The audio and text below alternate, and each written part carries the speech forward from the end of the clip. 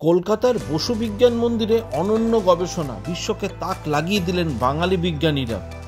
কলকাতার অন্যতম এক বিজ্ঞান গবেষণা কেন্দ্রেই তাদের গবেষণা, এমন এক গবেষণা যা ভারতকে গর্বিত করল, তাক লাগিয়ে দিল বিশ্বকে। কি সেই গবেষণা? এমন কি গবেষণাতে তাক লাগিয়ে দিল সমগ্র বিশ্বকে? জানতে হলে অবশ্যই চোখ রাখুন ইউটিউব চ্যানেল খবরের হাট। তাক লাগিয়ে দেওয়া গবেষণা সম্পর্কে জানতে হলে অবশ্যই ভিডিওটাকে শেষ পর্যন্ত দেখতে হবে। আসুন শুরু করা যাক। কলকাতার বসু বিজ্ঞান মন্দির বা বোস ইনস্টিটিউটের বায়োলজিক্যাল সায়েন্সের বিভাগের বিজ্ঞানী অভ্রজ্যোতি ঘোষ ও তার নেতৃত্বে থাকা এক বিজ্ঞানীদের দল এমন এক গবেষণা করে ফেলল যা বিশ্বকে এক অত্যন্ত গুরুত্বপূর্ণ তথ্যের যোগান দিল।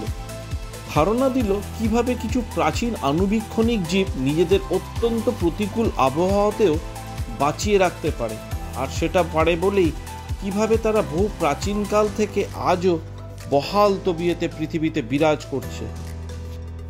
ডায়নোসরের মতন জীবও হারিয়ে গেছে এই পৃথিবী থেকে, কিন্তু তারও অনেক আগে তৈরি হওয়া আকিয়া নামে জীবটি আজও বেঁচে আছে কেবল নিজেকে সব রকম আবহাওয়ার সঙ্গে মানিয়ে নেওয়ার ক্ষমতার জন্য, আর তা তারা পারে তাদের টক্সিন অ্যান্টিটক্সিন সিস্টেমের জন্য। এই বাঙালি বিজ্ঞানীদের দলটি এস অ্যাসিটোক্যালডারিয়াস নামে আরও এক আণুবীক্ষণিক জীবের পরীক্ষা করেছে।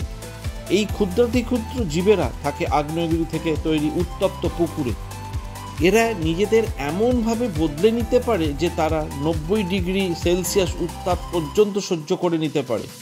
সেখানে তারা দিব্যি থাকে, পরম্পরা বজায় রেখে প্রাচীনকাল থেকে বেঁচেও রয়েছে।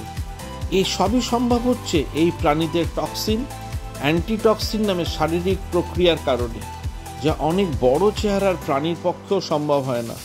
টক্সিন অ্যান্টিটক্সিন নামে শারীরিক প্রক্রিয়া অসহ্য গরমও অনায়াসে সহ্য করে শরীরকে সেভাবে তৈরি করে দেয়। ফলে এই প্রাণীরা লক্ষ লক্ষ বছর ধরে বেঁচে থাকতে পারে।